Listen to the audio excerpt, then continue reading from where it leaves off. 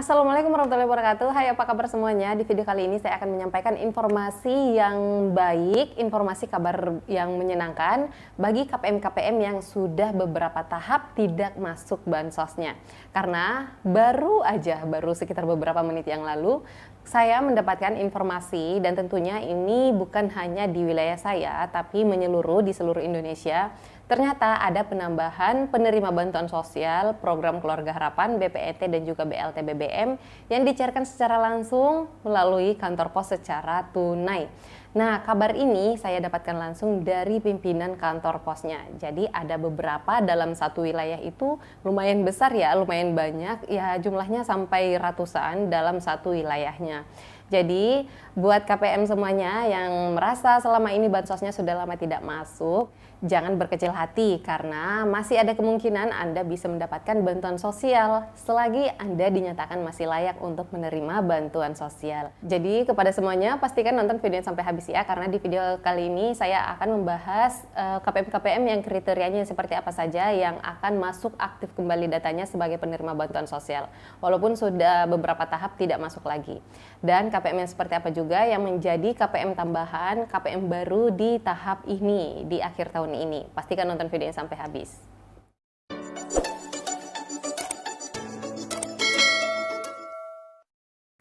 Oke, jadi langsung saja mengenai bantuan sosial. Pertama, untuk PKH, BPNT dan juga BLT BBM itu semua ada kuotanya ya. Ya, kuotanya itu bervariatif, beda-beda, beda program, beda kuotanya.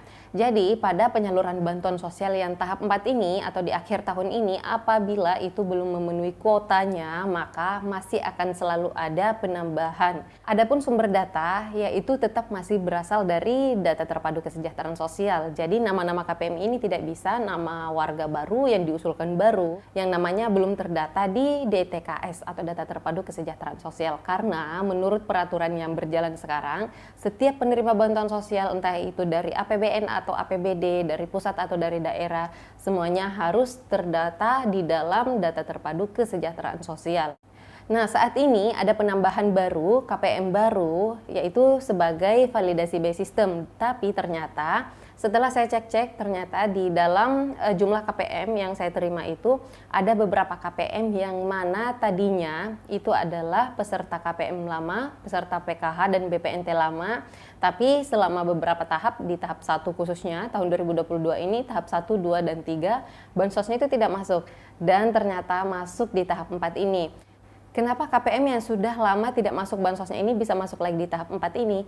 Itu karena adanya dilakukan perbaikan data kependudukan KPM ini. Jadi contoh kasus ya, di wilayah saya itu pada saat tahap 1 tahun 2022 kemarin ada sekitar 10-an orang lebih yang mana itu adalah KPM PKH dan juga BPNT. Tapi bansosnya tidak masuk. Nah, setelah saya cek-cek, ternyata KPM ini bansosnya tidak masuk, ada kesalahan data di data kependudukannya. Sehingga pada waktu itu saya menyarankan KPM-KPM ini yang mana tadinya bansosnya itu tidak masuk dikarenakan ada yang NIK-nya tidak aktif, ada yang NIK-nya ternyata berbeda, ada yang namanya berbeda, dan ada juga yang alamat tempat tinggalnya itu berbeda. Nah, sehingga KPM-KPM yang seperti ini saya arahkan untuk memperbaharui data kependudukannya di Dukcapil atau untuk mengaktifkan NIK-nya agar bisa online dan terbaca di pusat. Nah, ada juga beberapa KPM karena pada waktu itu kami semuanya sebagai pendamping sosial dimintai data yang akan direkap oleh koordinatornya, yaitu dimintai data nama-nama KPM yang dirasa KPM itu masih layak untuk menerima bansos dari segi sosial ekonomi terlebih dahulu yang kami pertimbangkan. Apabila KPM ini tidak masuk bansosnya, sosial ekonominya itu betul-betul layak bantu, itu yang kami rekap semuanya, data-datanya lalu kemudian diusulkan ke bagian operator 6NG yang ada langsung di Dinas Sosial.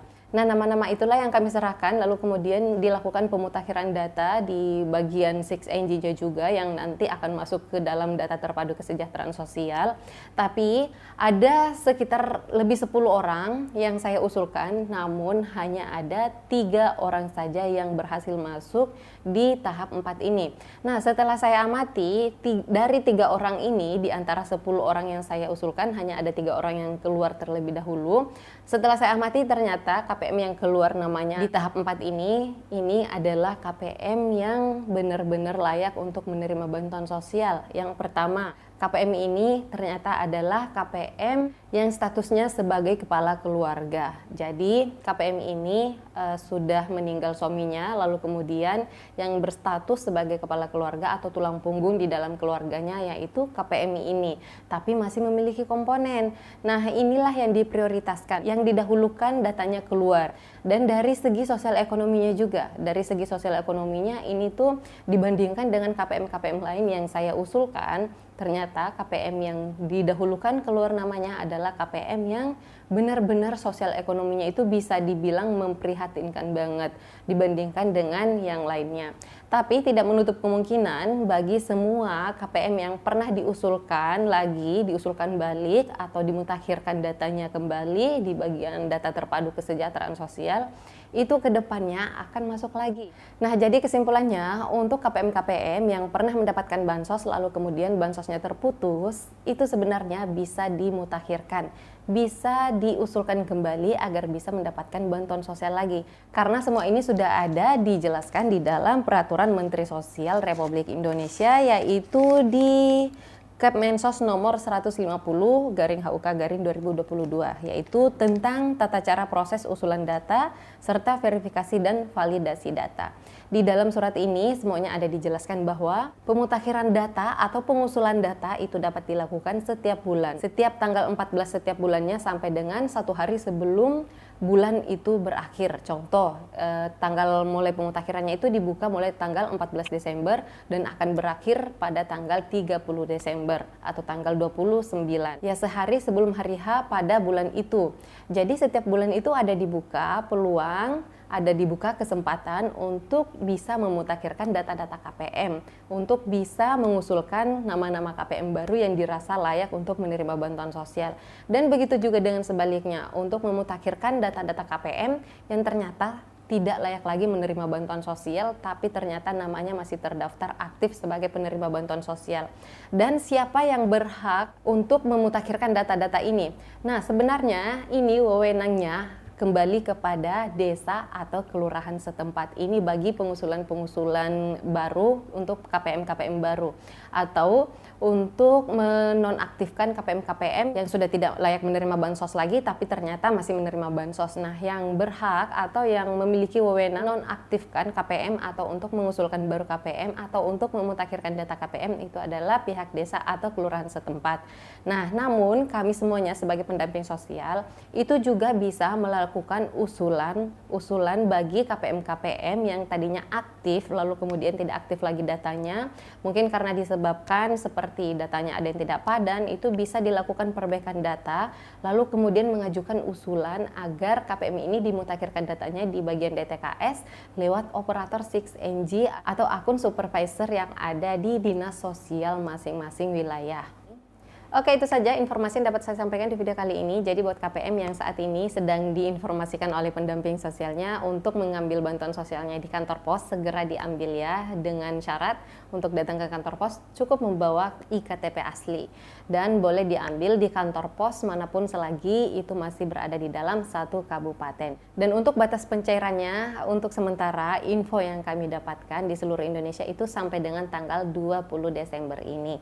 Kalau untuk perpanjangan waktunya kami belum tahu, nanti kondisional aja ke depannya nanti seperti apa. Apabila ternyata di tanggal 20 Desember ini masih banyak KPM-KPM yang belum bisa mengambil bansosnya atau semuanya belum kelar 100% penyaluran bantuan sosialnya, kemungkinan akan dilakukan penambahan waktu lagi.